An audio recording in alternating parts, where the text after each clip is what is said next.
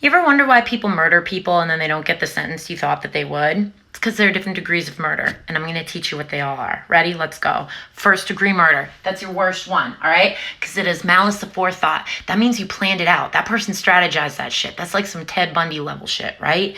You're going to get life in prison. You might get the death penalty, but that person thought about it and planned it.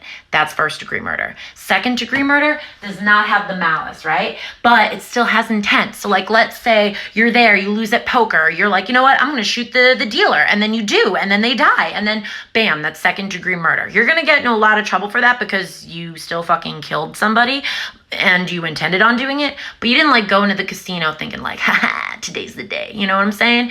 Then there's manslaughter. There's voluntary and involuntary manslaughter. So voluntary manslaughter basically is kind of like second degree murder, except the state gives you specific provocations, right? So you have legal kind of justifications for what you did. So yes, it's still wrong, still heat of the moment. You walked in on your spouse fucking somebody else. Like, yes, it just enraged you and you suddenly reacted and you intended on murdering them in that moment, except for like, they were fucking somebody else. Like, we get it. Like, we as a society understand that shit. You know what I'm saying? So like, it's a little more understandable. You're going to get in far less trouble than second degree murder. Then there's involuntary manslaughter. It's not an accident, right? But it's more like you were doing some dumb shit. You knew you shouldn't have been doing it and somebody happened to die.